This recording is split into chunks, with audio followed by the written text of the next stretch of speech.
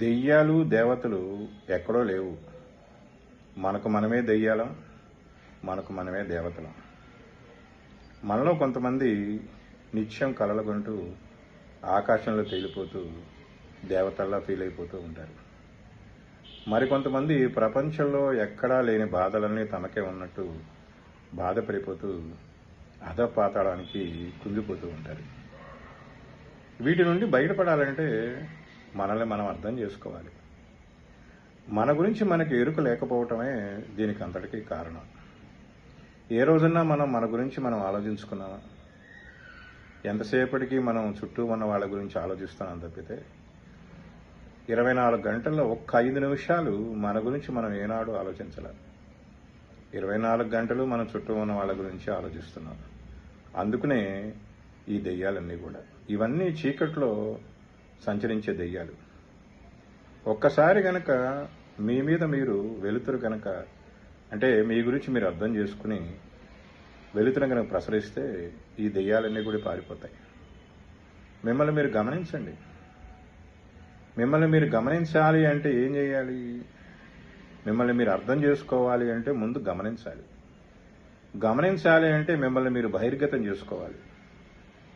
మిమ్మల్ని మీరు బహిర్గతం చేసుకున్నట్టయితే అదే స్వేచ్ఛకు తొలిమెట్టు.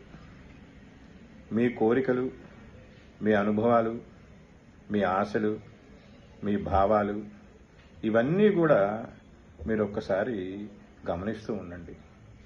అసలు మనసు చేసే పని ఏమిటి? మనసుని గమనించటమే, అంతకు తప్పితే ఏమీ చేయదు. కానీ మన మనసుని మనం గమనించట్లేదు. మనం అంతసేపటికి మన చుట్టుపక్కల వాళ్ళ గురించే గమనిస్తున్నాం.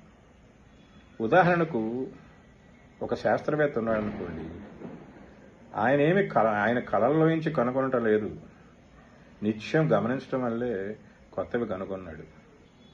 న్యూటన్ ఉన్నాడు, గురుత్వాకర్షణ శక్తి కనుగొన్నాడు. ఎప్పుడు కనుక్కున్నాడు?